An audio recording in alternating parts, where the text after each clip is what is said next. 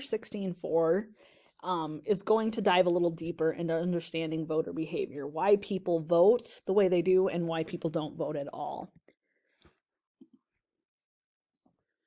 So, how do people form political opinions? Well, first of all, political opinion is the views about issues facing the communities of which you are a part. No one's born with political opinions. Most of us gain these political opinions through what we call political socialization, or the social process of acquiring political attitudes, opinions, and beliefs and is an aspect of socialization, which is the process of acquiring group characteristics, including norms or standards for conduct and the ability to communicate. So essentially, it's your experiences you have in your life. And this begins at an early period in your life and continues throughout life. One of the most important influences or primary influences on socialization is your family. Children see politics through the eyes of their families based on the conversations they're hearing in the home about politics and issues and politicians, and by observing their parents' reactions to politics. Also, of course, television that's playing at home with the news on it and those kinds of things.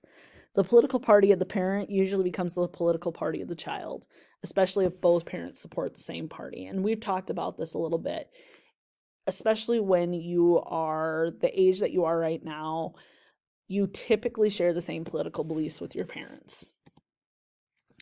But of course, once you get in school does have an influence in your political opinion because you learn about the political system. You learn the pledge, you learn patriotic songs, you learn how to celebrate national holidays, you learn the history and symbols of America.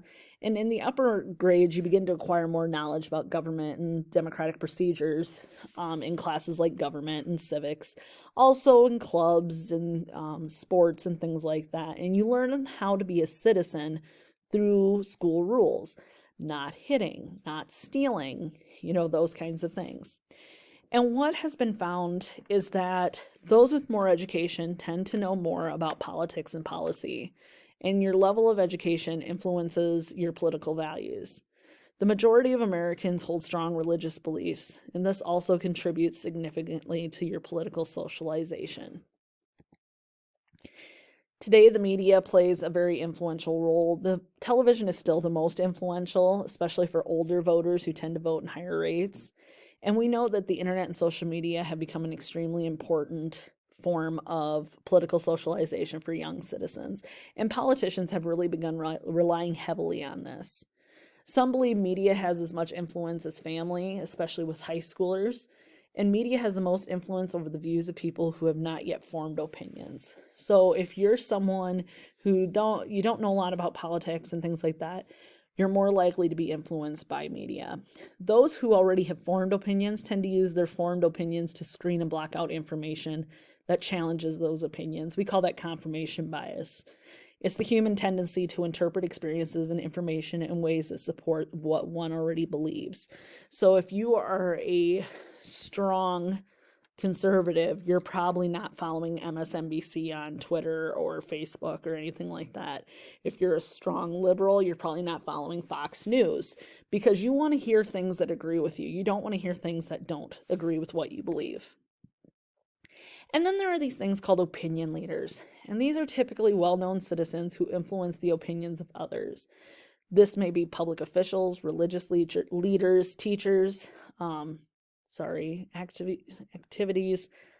I'm not quite sure if that's like club leaders, writers, entertainers, YouTubers, anyone that people are willing to listen to and draw ideas and opinions from. And so that's why it's important when we talk about religious leaders, we talk about teachers. Part of our jobs, because we do carry an influence with the people that are in our presence, is that we are supposed to stay as unbiased as possible. Okay. And then other people sometimes get all worked up about entertainers and people that are celebrities getting involved, but they have a right to their opinions as well. And they play a significant role in the formation of political opinion, especially with voters who are not highly knowledgeable in government itself. Children are also influenced by peer groups.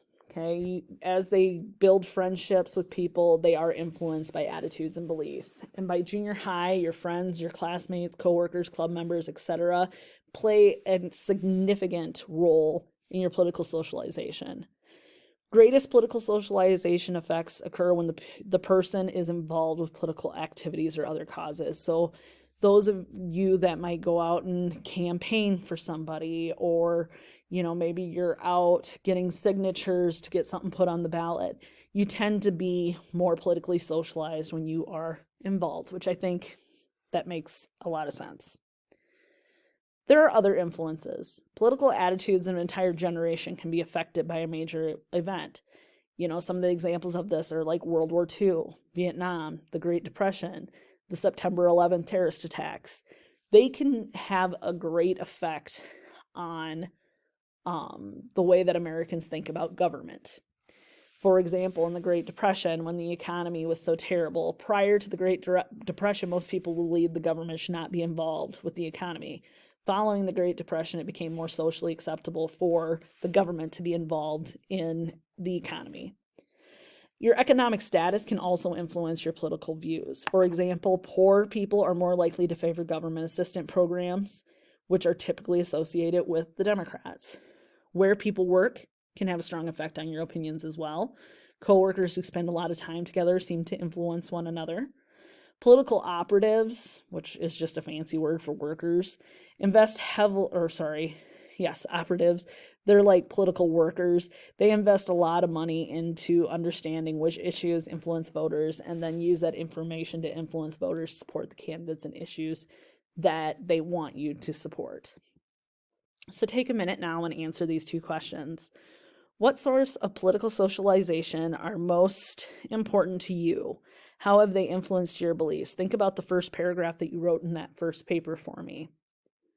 And why might social media and the internet have such a strong influence on political socialization?